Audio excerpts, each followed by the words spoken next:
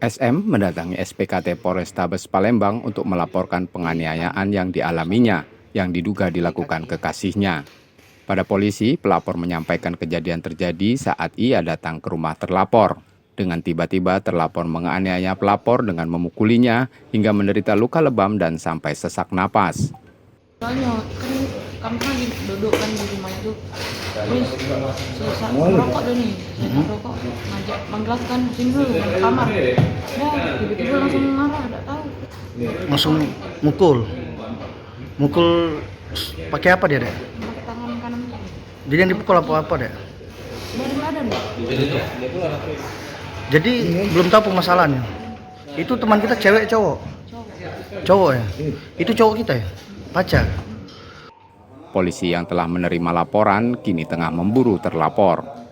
Yudi Kiswanto, Kompas TV Palembang, Sumatera Selatan.